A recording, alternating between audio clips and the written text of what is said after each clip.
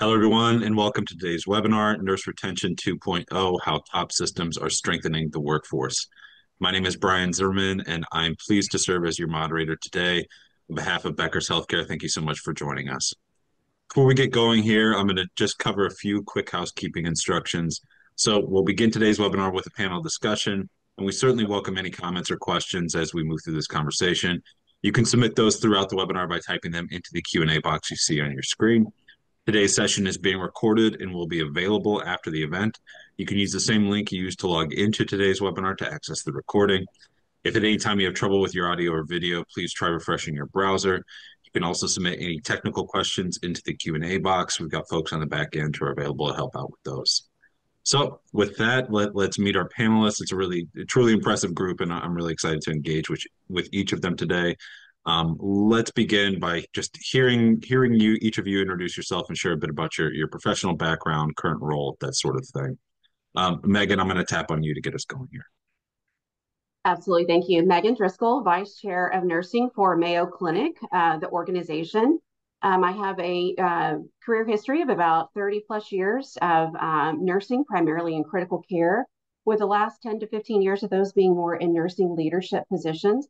Most recently was Associate Chief Nursing Officer for a health system before joining Mayo Clinic about 3 years ago. Delighted to be a part of this conversation today. Yeah, delighted to have you and pull out your expertise today. Thank you for being here, Megan. Betty Jo, let's hear from you. Yeah, delighted to be with all of you today. I have been in nursing for 32 plus years. The majority of it's been in leadership, but I'm a nurse anesthetist by background. So I still do practice a little bit to keep my hand in that nursing side. I've been in the OR space in leadership. I've been in the nursing space. I've also done procedural areas. So a little bit of a varied background. My true love is working on the workforce, which this is a great time to be doing it, but taking a look at how technology and analytics can help us be better in that workforce. Yeah, and we'll certainly touch on that today for sure, Betty Jo. So appreciate you being here.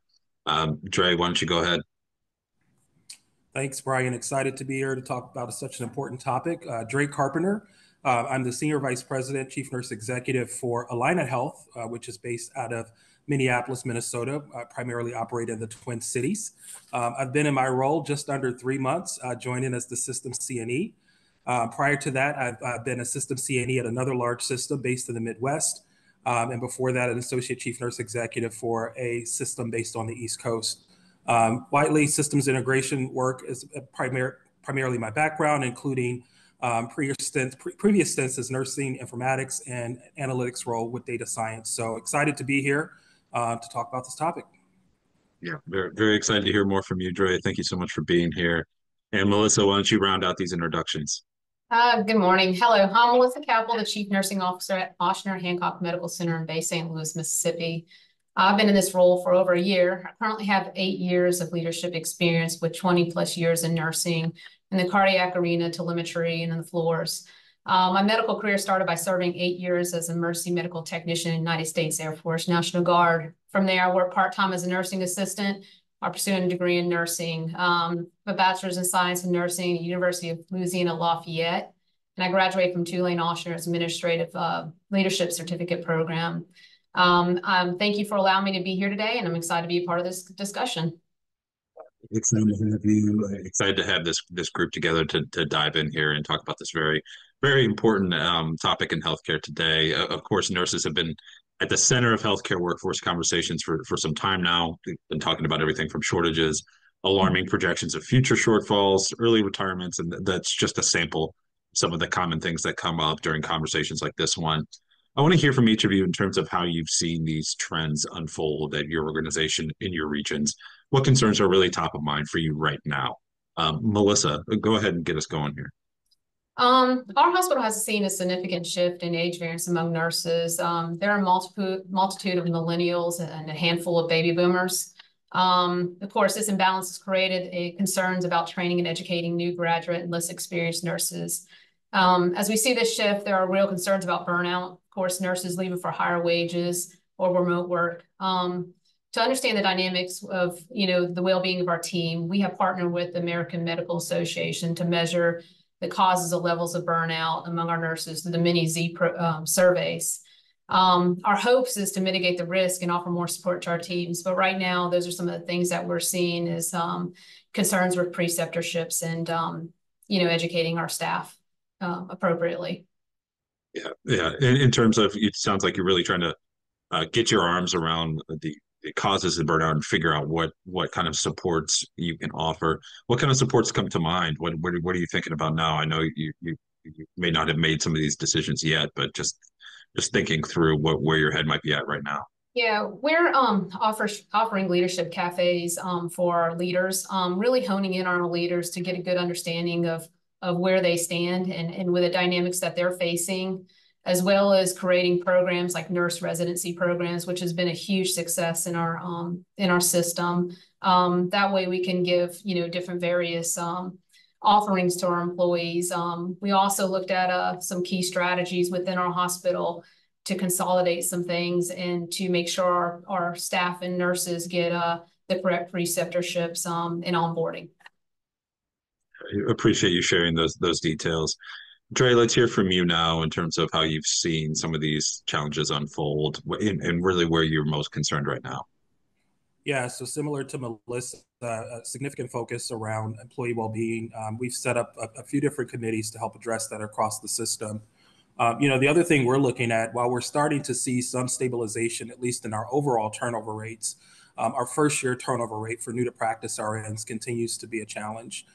Primarily because of some of the expedited efforts in which we've had to take on in the past and how we're getting team members productive earlier on in their practice. So we're revisiting a lot of that to look at our residency and pathway programs to ensure that we're providing the proper education and spending the right amount of time, preceptor time with our team members as they're coming into the organization. So a huge focus there. Stabilization in our turnover rates is allowing us an opportunity to focus on some really key significant pipeline programs that we're considering. We got to figure out a way to get clinicians into our organization different than we have before. The rising retirement age is one of the things that we're acutely focused on. I think I heard someone refer to it recently as the silver tsunami, which is to suggest that there's a significant amount of folks that will be exiting the workforce by 2035. In our baby boomer generation, and we haven't produced enough programs and opportunities to get clinicians into our health system sooner. So thinking about that differently, certainly focusing on it from an equitable standpoint to ensure that we're promoting a diverse workforce while we're doing that is something that we're focused on here in our organization. Yeah, I think the thing that I want to tease out there a little bit is sort of there's this urgent need to fast track here a little bit, right? There's an urgent need to like fill some of these roles, but Dre, as you sort of pointed out with some of the first year turnover, you also have to make sure you're giving the folks the proper training, the right support. So you got to move fast, but you also got to give them the set them up for success. Can you talk about that tension a little bit? How you sort of try to navigate that, or if I'm thinking about it the right way? No, I think you absolutely are, and it's really a delicate balance. I think this is where we've really relied on our opportunity to standardize onboarding across our system to ensure that we are providing a consistent experience for team members as we're thinking about that. We only have a short amount of time with them, and we want to make sure that we're maximizing what that looks like. So we've taken on a few different things. We've standardized an accredited residency program, which we've had a few different cohorts go through that's already started to show some significant improvements in the way that we're onboarding new to practice RNs. Excellent. Well, thanks for sharing those details as well. Betty Jo, let's hear from you now, and then Megan, I'll check in with you. Yeah, in Mercy, we're across a couple of states. Our health system has 45 hospitals. So we're trying to standardize around that Midwestern type of look. We are having great luck with LPNs. RNs are a little bit challenged still in that workforce pipeline, but our LPNs are really coming back. So we're looking at how do we use our skill mix. And one of the ways that we're looking at handling all of the problems that Dre and Melissa talked about is we've made a professional practice development center by region in our systems. So any of our new nurses that are coming in get specialized attention. We do a talent assessment on all of them to help them see what area their talents might be most successful in for that cultural fit into the area, as well as looking at some of their skills, their competencies that they're going to need to brush up on straight out of nursing school. We are, again, hiring a lot of nurses straight out of nursing school. It seems like the experienced nurses aren't moving around as much, and we're really having to rely on the classes that are coming out of nursing school. So that professional practice development center interviews, does the 30, 60, 90-day follow-up. They are assigned a specific preceptor and educator to work with once they get to the units. And our residencies are housed out of there. So, for example, if a nurse comes out of residency and is struggling in a particular unit, they have that professional practice person that's assigned to them, kind of like a navigator that helps them navigate our system and get back into the right area rather than losing them. It has had a significant impact on our retention. Our first year turnover has come down by over 25%, and we are leading the nation in our rolling 12 turnover at about 13%. So I think that has been the key, that professional practice development center of walking them in Benner's model from novice to expert. Yeah, really, like just several different things coming together to really drive those results. So really knowing the nurses up front, really getting a good sense of where they're strong, where they might need help, and then having those navigators and those supports when you first start them out, right? It's sort of all this collectively working together. Yes. Yeah, appreciate you sharing that, Betty Jo. Some impressive results. Megan, let's hear from you now. Yeah, as my colleagues mentioned, very similar experience. We certainly have noticed, that attrition, although fortunately it stabilized as 2023 came to a close. And we've noted an interest in returning to the workforce in meeting that desire by offering some different types of roles and variety of work. And we continue to really focus on the workforce, but really encouraging our teams to think a little differently about the work more broadly and inclusive of that workforce strategy. Will certainly continue pipeline development, recruitment, retention.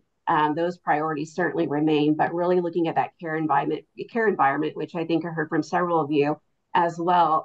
We have to look at where those opportunities for efficiency, those innovative care models, reimagining clinical skill mix, even space utilization, and then complementary services, and how we are utilizing our nursing workforce to really maximize those efficiencies, as well as incorporating technology-related solutions.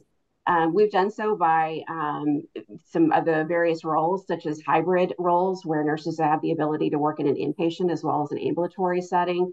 Certainly lots of scheduling flexibility, virtual care nursing, which is something that our more tenured nurses are interested in supporting and participating, and has provided a wonderful opportunity to help guide our graduate nurses, new nurses entering into the workforce, to help them continue to that transition to practice and foster their orientation and development and refining of their skills. We've also done some, I think, innovative strategy with utilization of our internal float teams as well as our enterprise float team, and providing more flexibility in that sense. But also, I think, as we look at retaining those newer nurses, really helping our nurse leaders and giving them the tools to be able to engage with these new nurses, in providing that ongoing support. And some of our nurse leaders are more adept and comfortable at doing that, but others, as far as that leadership development, it's critical to help support them to understand how they can best support new nurses entering the workforce, and or even retaining nurses that are maybe considering leaving the workforce, and helping them be comfortable with that type of engagement, being sensitive to what the needs of their workforce are, and realizing that for the first time, we've got 5 generations of workforce. And each one size fits all approach is no longer the right fit. It's really being cognizant of those different generations and the different needs and wants of our workforce, and how to really meet that with the work environment, as well as the work that they do, and what we can do to help support that work environment. Yeah, and Megan, and your comments there sort of around no one size fits all, and your earlier comments around flexibility too. really set this up nicely where I wanted the conversation to focus on next, which is really that flexibility component. You talked a little bit about how you've embraced flexibility with hybrid roles, different scheduling flexibility. Any other additional examples there, or anything to tease out in terms of how you've got to change management or how you manage a workforce that's got flexibility, hybrid roles, different things, different folks, different things for different people. Can you tease that out a little bit more for us? Certainly, as all nurse leaders are doing, being creative and innovative.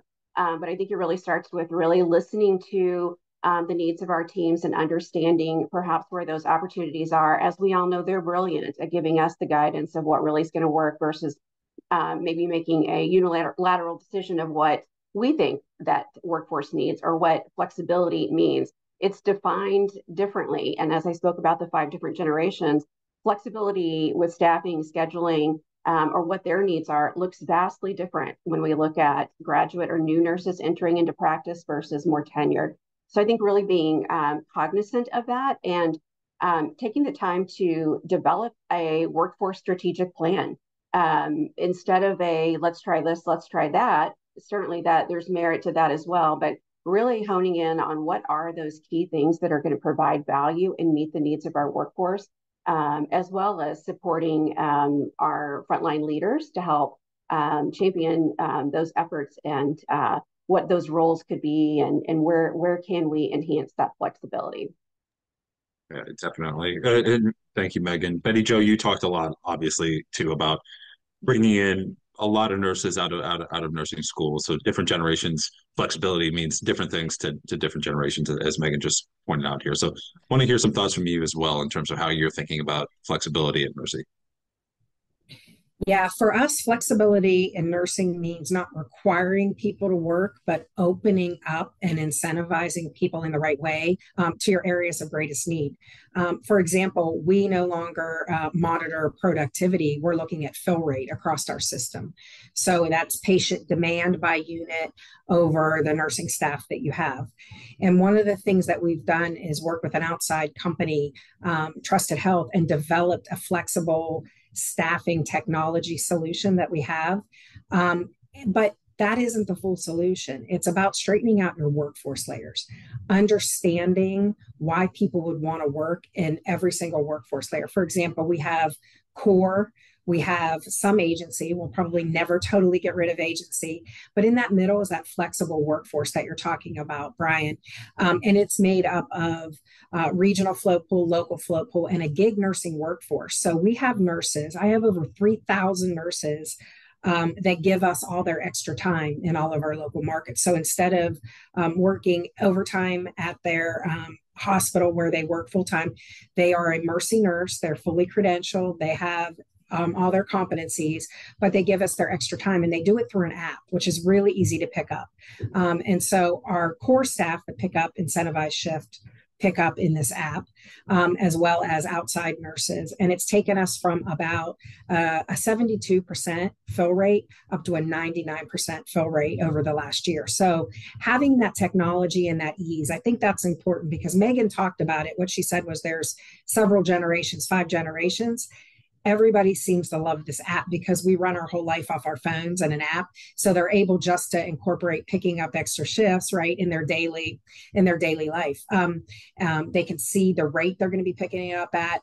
It's an automatic payment. It's so easy for them to pick up an extra shift. So that has been a game changer and has helped our core and balance our workload. So we're also helping the people, right, that aren't in that flexible layer decrease the workload at the front lines. And it's been a total game changer.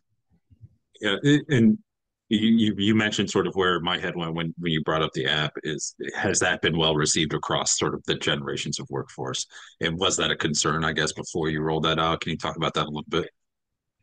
It was. We wondered how well it would be embraced. So we did do a peer-reviewed journal article on the 5 generations of workforce, and we took a look at how they would embrace technology in the workplace, and it came back very positive, and I would say that proved out. So yeah, we've had no problems with the technology.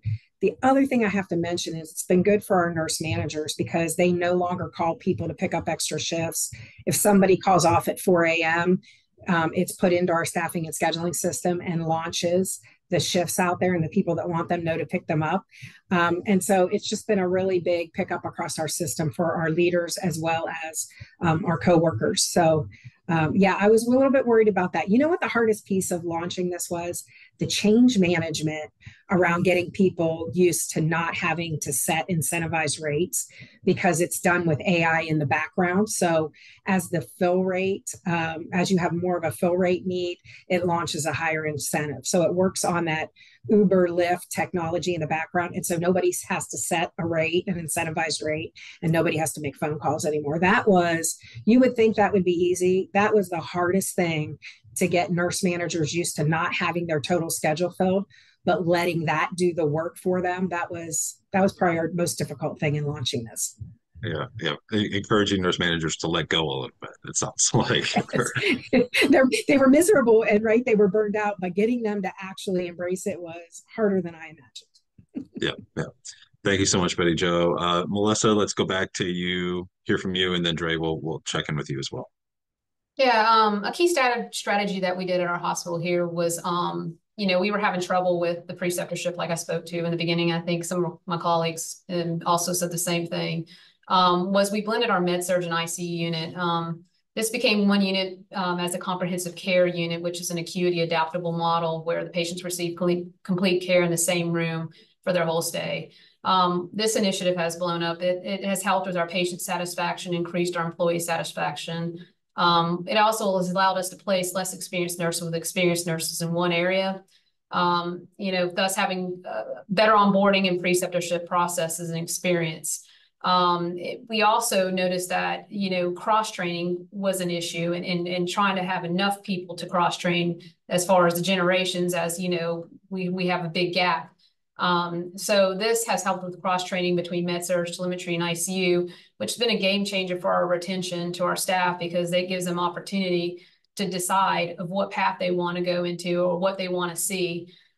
We've also received feedback from our student nurses and clinical instructors that this model has given them a chance to experience progression of the patient at different levels of care under one roof.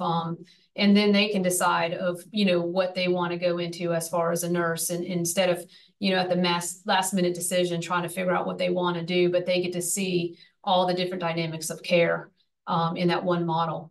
So this has been a real game changer for us. And, our turnover and employee satisfaction has reduced in this area and has helped us. Yeah, in talking about that cross training a little bit more, do you think it ultimately, when they decide where they end up landing, do you think them having that context of this whole spectrum of care just helps them be better even in their specialized area, Melissa? Definitely. You sometimes, you have nurses who just want to be a med-surg nurses, and that's great, because we need med-surg nurses, and we also need ICU nurses. But it does that decision making of, experiencing of what they want to see and what they want to do as far as the patient care and how they take care of patients is something that I think that they get to see and decide right there, because they're working alongside the other the nurses that are ICU or telemetry, and that decision is made, based on, what they're seeing and visually being transparent, within that one area. Yeah, yeah. Some really it helps collaboration, it sounds like, quite a bit. Thank you, Melissa. Dre, let's hear from you now in terms of how flexibility is showing up. Yeah, I think with complete flexibility is what our team members are asking for. This latest generation has certainly shown us that they want to have more flexibility around their work schedule. And much to many things that Betty Jo, Melissa, and Megan mentioned, the idea of open shift scheduling is something that's highly important, especially when we're thinking about expanding and increasing the size of our pools across the system, both at the regional level and our enterprise pool as well. As we are looking to augment and optimize this a lot with technology, I'm stressing the team to think a little bit beyond that, to consider more around the casual model. Betty Jo mentioned Uber and Lyft, and one of the things as we study their staffing model that's been so successful is that casual model, the ability for people to show up when they want to show up and sign off when they want to sign off. And we've been so traditional in nursing and care delivery and how we staff based on a specific model that we've used for years, it's hard for us to imagine doing anything outside of that. So the idea of having a more casual workforce is something that we are exploring in our organization as we look to expand our flexible pool. So I think we got to start looking to other industries perhaps for some of this, because what we've done in healthcare more often is not solving some of the challenges that we're seeing. And the ability to scale that with technology and mobile technology that really speaks to and gives and motivates our younger generations that are working today is something that we're trying to embrace as well. Thank you, Trey. And I want to dig in here and talk more about this technology component as well.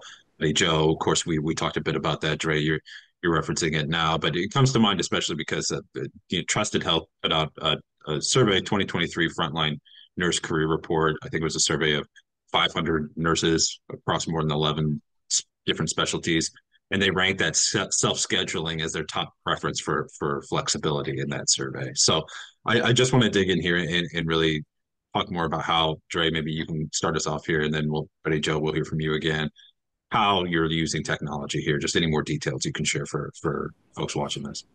Yeah, just make sure that it's scalable. We took some time to really talk to our team members to ask them what they wanted. What are the things that are most important for you when you think about work life and home life? And simple things like the ability to get my kid off the bus at the end of a school day was important. So things like that started to emerge as we started to think about how we can incorporate some of this flexibility within technology. We're on a journey, so we're in the process of overhauling and looking at our platform. Overall, we've got some good systems that are in place, but we know in order to get to where we want to get to, particularly with digital automation and mobility, we've got to look at a little bit different of a technology in order to do that. So it's an exploration right now that we're underway in our organization to see what technology can land us in that space. Gotcha. Appreciate you sharing a little bit about that journey with us today. Betty Joe, let's hear from you again on this piece, and then Megan, I want to check in with you.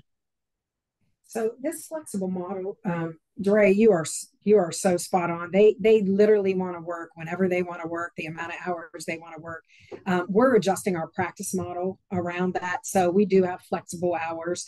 But what we're noticing is it's not about working shifts anymore, but it's collectible hours to meet the patient demand. And so we're starting to look at, why does everybody have to start at 7 a.m. or 7 p.m.? Because they may not be your high productivity periods.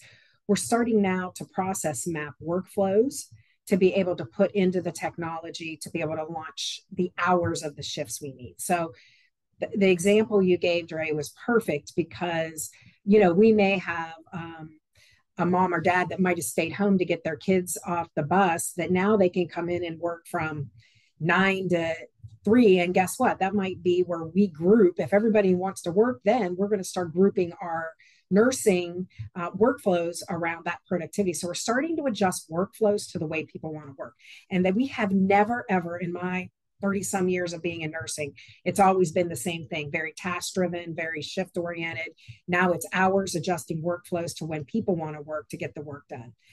And so it's a very different way of thinking. And that's my next fiscal year work, is really honing down into that workflow piece. So the workload is evenly distributed over the hours where people want to work, and the technology will help us get there on both sides. To your point there too, the Trusted Health survey that I mentioned beforehand, it also found that nurses aren't so much concerned with the length of their shifts. It's that control of their shifts.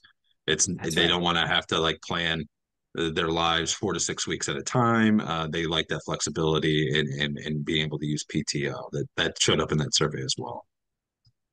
Yeah, I think that helps nursing, Brian, because nurses have always had to plan their profession around their life. They're now asking us that they can have a life and their profession fits into their life.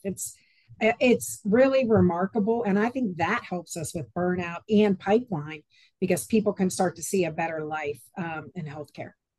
Yeah. Thank you, Betty Joe. Megan, let's check in with you again and hear about how you're thinking about technology and as it relates to flexibility with the workforce.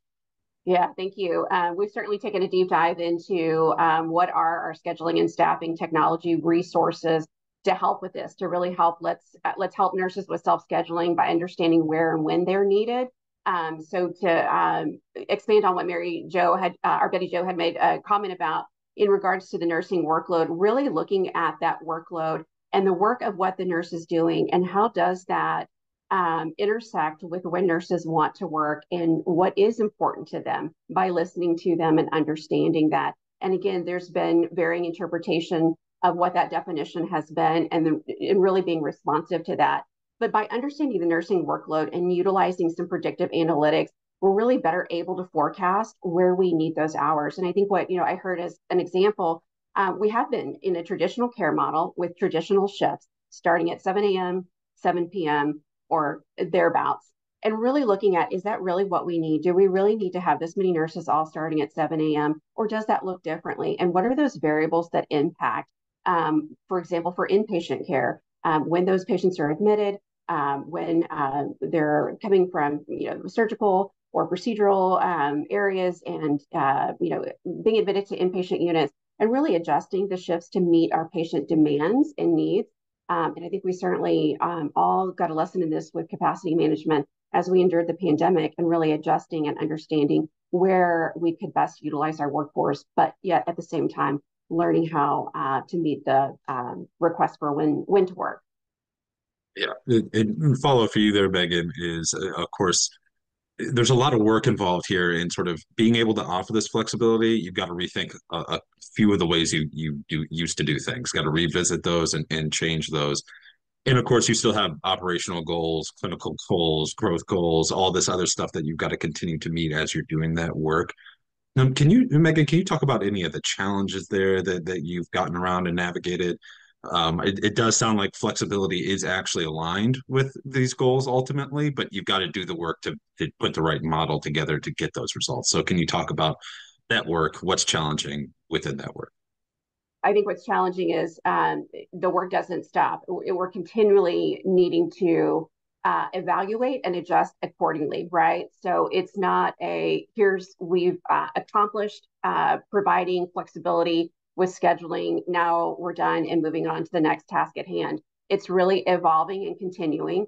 As mentioned, the variance in generations in the workforce. So what our tenured staff want and how they interpret the need to be able to self-schedule means something very different around some other areas within our workforce, as well as just those generational differences of what's needed. So really having to look at even our historical scheduling policies and how we have operated from a centralized model to meet the needs of our patient to being able to be adaptable and continue to be adaptable to what our workforce is asking of us to do and provide. Thank you so much, Megan. I actually got a couple more questions I want to get to before we close out, before we run out of time. But did anybody else want to chime in here in terms of the challenges piece? What's hard about doing this work in terms of rejiggering your models and everything like that? Anything to note that we haven't touched on yet for folks to be thinking about? And at my own peril, I'm just letting you take off yourselves off mute and dive at it. So, I but think, Melissa, go yeah, ahead. I think everybody is right on track, or we're on the same thinking as far as the challenge that we see with our leaders being knee deep in scheduling and trying to manage call outs. I think the biggest thing is you need to combat some of this is just utilizing different thought process and like Betty Jo and Dr. Dre said, and it's looking at things differently and being able to allow or empower our nurses to have control of their schedules, is in taking ownership of that, is going to help with morale and retention and overall better patient experience. It's they want to commit their lives to their children, their education, and their obligations. I think looking at platforms is essential. We're doing something similar where, incorporating our Epic system, looking at technology platforms to balancing out the workloads, because I think that is essentially going to stop the call-ins that we have or call-outs because people are getting burned out. So make sure that we're balancing workloads when they do come to work. So they do want to come back to work is what we want to do. Thank you, Melissa. Betty Jo, see you took yourself off mute too to chime in. Well, I just wanted to just throw this out for our audience. One of the things, everybody's 100% right. Keeping the daily work going and then trying to innovate and change care as it's happening is it's almost impossible. And so we've set up in each one of our regions an innovation unit that is trying out all these workflows, and we've protected that unit. The people stay on the unit. The frontline coworkers are developing it with us. I've even changed the leadership model over these couple of units, and we're going to get the workflows down. We started with med surg because that's where probably the whole country is hurting the worst. But so these are innovation units on med surg that completely redefine the workflow from the frontline coworkers perspective. And then once we get that at least relatively right, we can talk about rolling it out to the rest of our system. But that's just one idea that the nurse leaders have. Believe me, it's not me. It's the nurse leaders said, how can we protect ourselves while we're trying to think about. Thank you, Betty Jo. Dre, let's hear from you, and then we'll move to some closing thoughts from everyone. I think Melissa and Betty Jo's comments were spot on, and it just triggered my thinking around how much are we actually willing to give up as well. So when we think about expansion of technology, and there are technologies that are out there that advanced analytics, automation that have truly helped other industries in this space. I think about robotic process automation and the fact that you can create systems around doing things that people do on a daily basis, manually driven. And then I think about the amount of spreadsheets and all the other things that our staffing offices are like holding on to with dear life. How much of that are we actually willing to give up in replace of technology to help advance some of this? It struck me that that's something that we continue to do more over. And, when we look at utilizing those technologies, we have to start applying more use cases to the clinical operations setting than instead of our rev cycle and IT and other areas in our organizations where we tend to invest significantly in that space. Thank you, Dre. Appreciate you sharing those thoughts as well. And we're coming up against our time together today. So I'll move to a final question here, which is just what's one closing piece of advice you want to share with our audience today, or what's a thought a takeaway you want to share for the first time we didn't get to today, or something you want to reemphasize, or sort of leave it to you in terms of what you would like to leave folks with. Megan, I think I've made you go last on questions too many times today, so I'm going to give you first crack at this one. Certainly happy to. I'll take a stab at it. I think, nursing as a profession is very autonomous in practice.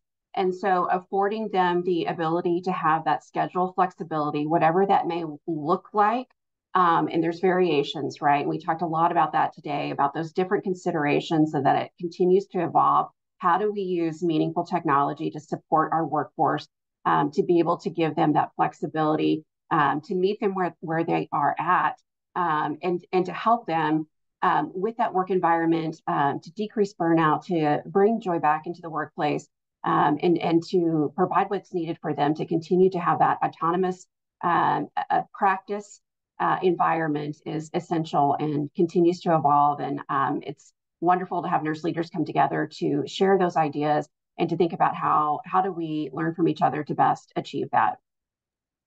Yeah, I appreciate that, Megan. It really has been a pleasure walking through this conversation with you all today. Melissa, let's hear from you. Yeah, I think Betty Jo, thinking about the 5 generations that we have, we have to figure out how to connect everybody and how do we accommodate everybody to their needs. I think keeping a consistent pulse in the team is imperative. Rounding on your frontline staff, leaders, gives me an opportunity to listen to staff concerns and see processes and build relationships, and just understanding the why behind everything that we do and giving them the why behind everything we do. By making those connections, I think it makes it easier to be, easier for staff to be transparent with me and to give me ideas and give our leaders ideas, because we do have 5 generations and we have to figure out how to create healthy work environments for our nurses. And that should be top of our mind when we sustain our nursing work, to sustain our nursing workforce. Another theme from today's conversation, sort of this process is continuous. Knowing your team doesn't stop. That work doesn't end. You have to continuously get to know them. Thank you so much, Melissa. Dre, go ahead. Yeah, Brian, I think as our team members are reflecting and recommitting their purpose to the profession, I think they're also asking us to be a little bit disruptive. We've relied far too many years on doing the same thing and expecting different outcomes and different results. And I think this is a time that we need to look at our profession for the future, and be a little bit disruptive in this space. Let's break some tradition and really take an opportunity to create a better guide path for the profession of nursing. Another thing from the conversation as well, sort of it's time to reimagine some things. It's time to change some things. So, Dre, appreciate that. Betty Jo, final words from you. I would say that it's going to take our nursing leaders being bold, being bright, and understanding what we're trying to accomplish, which I think has shifted over the last couple of years. I think that as we start to reimagine nursing, we're reimagining patient care in general. And there are three things that I think for the next 3 to 5 years that we're going to be focusing on in Mercy as a team. It's going to be workforce, it's ever changing. It's going to be work environment. How do we clean up the noise that goes on around patient care? And it's going to be workflows. How do we automate? How do we get more data around actual workflow to adjust it? And how do we go mobile with charting rather than having to go back to a bedside computer? I think staying mobile is going to be the key to keep everybody connected and great patient care. It's going to be interesting to see how all this evolves over time, and I look forward to having more conversations like this with leaders like yourselves as nursing continues to evolve and change, and Betty Jo, to your point, patient care as well. So Betty Jo, Megan, Dre, Melissa, it's been a real pleasure. Thank you so much for taking the time to have this conversation with me. It really was wonderful, and I also, of course, want to thank Trusted Health for helping us put this together, for sponsoring today's webinar. And to learn more about our conversation today, the content, please check out the resources section on your webinar console. And as always, please fill out the post-webinar survey. We love feedback here. So thank you for joining us. We hope you have a wonderful rest of your day.